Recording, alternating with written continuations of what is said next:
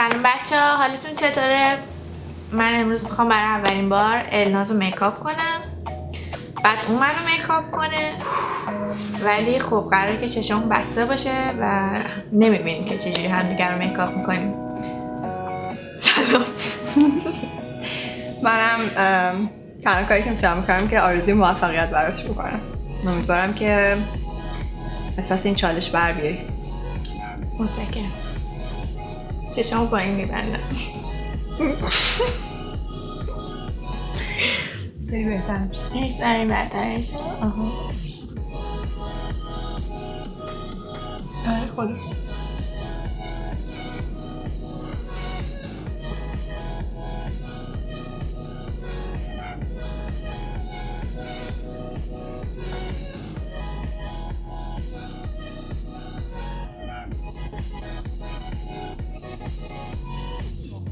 بعدش میریم سراغ مداد ابرو.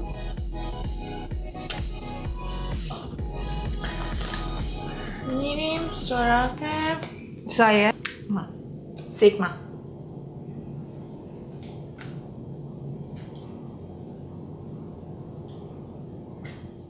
چی شد ببر؟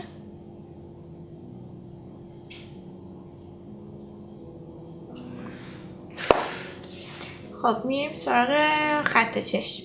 آیندر آیندر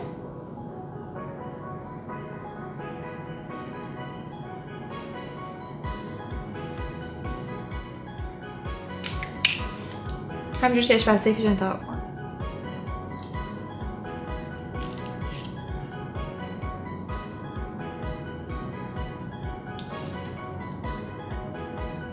ایزن این بایتر بخیر. خواهی ببینی که چی کار کردی دیگه. خب الان چه حسی داری؟ این که تو رو میکاپ کردم احساس میکنی چند درصد میکاپم خیلی خوب شده؟ نه حالا جدی دیگه. جدی دارم میگم دیگه. دیگه خدایی 70% رو باید خوب شده باشه.